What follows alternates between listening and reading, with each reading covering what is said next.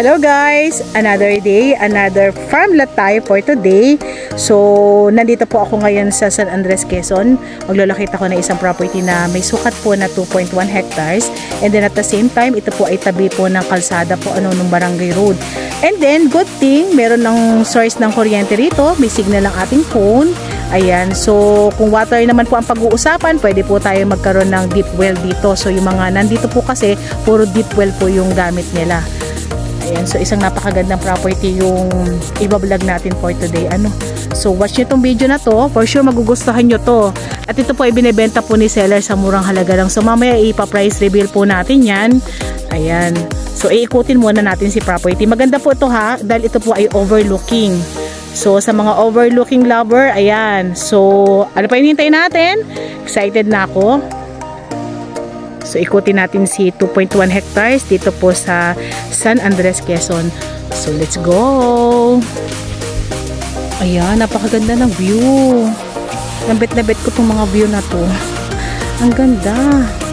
So, sako pa rin po yan ha, yung mga niyugan na yan.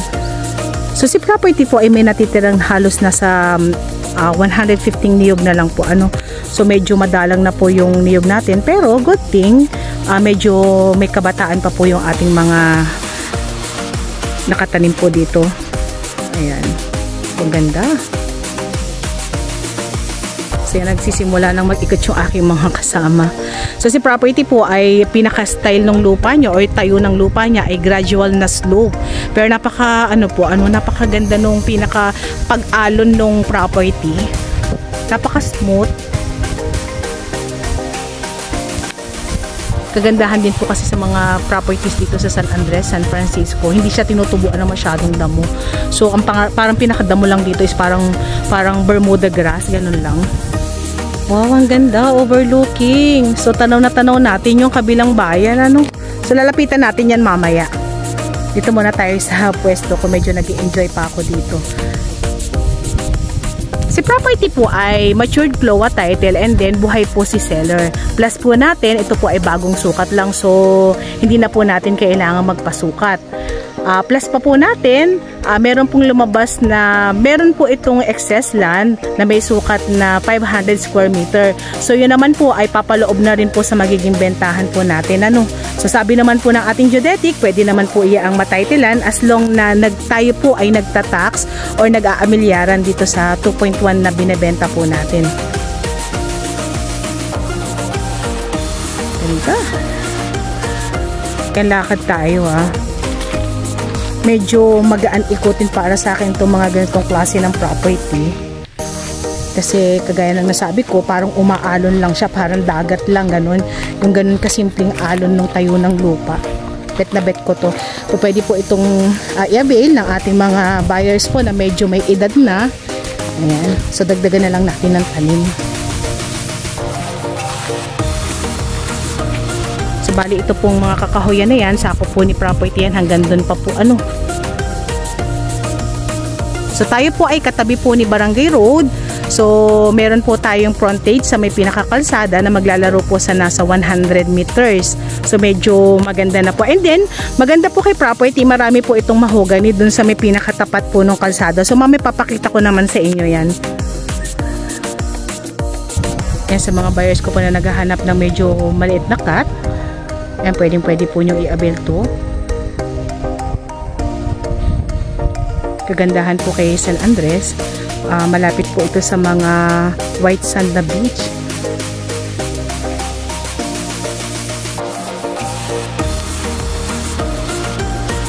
Sarap ng hangin. Si property po ay may dalawang titulo, pero iisa lang naman po ang may-ari. So wala naman po tayong magiging problema.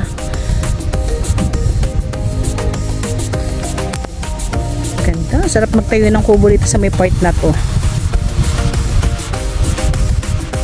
Pero natanaw natin yung mga ibang properties po. Ganda.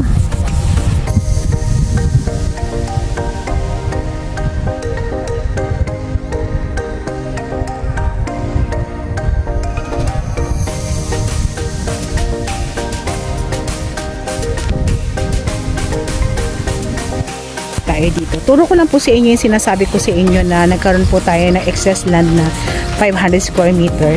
So, nandito po yan sa may parting Labak kung tawagin, sa may medyo pababa na pong area. Bali, may masasakupan pa po tayong mga niyugan dyan. Ayan. Medyo masukal na lang dito sa may part ng pababa. Kagandahan po dito kay property, maraming bahay dito. So, buhat po dun sa may pinaka-barangay road, may makikita na po tayo mga bahay dun. And then, ayan, may kapitbahay na rin po tayo dito sa area. So, mamaya paglabas ko, papakita ko po sa inyo pati yung mahoganihan.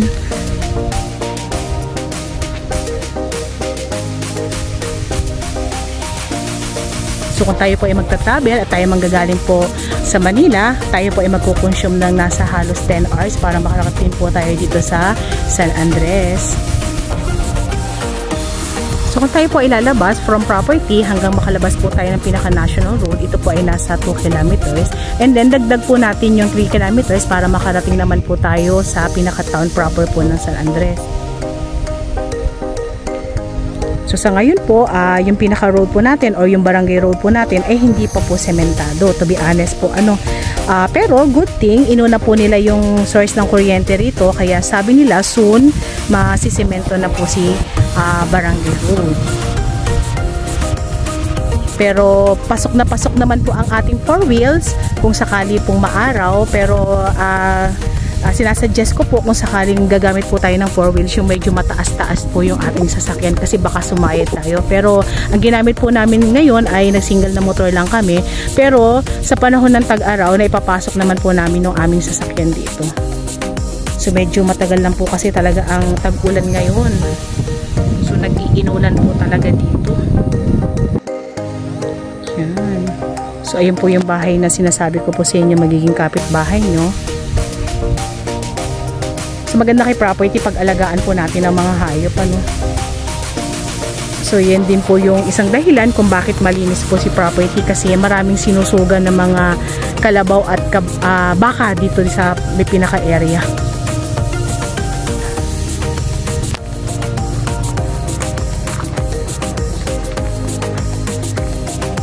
Ang ganda talaga ng view dito.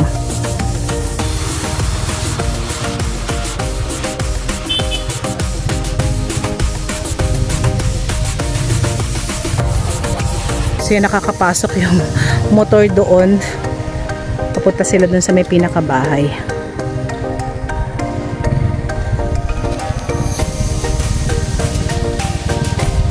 So yan, nandito na ako sa may pinakakalsada. So ito po yung sinasabi ko sa inyong bahay na magiging kapitbahay nyo. And then, ayan yung source ng kuryente natin. Tapos ito po si property. So lalapitan naman natin ngayon yung mahoganihan. So yan. Kung sakali po magustuhan nyo po si property, pwede nyo po kami message sa aming WhatsApp and Viber na mag-a-appear sa inyong mga screen.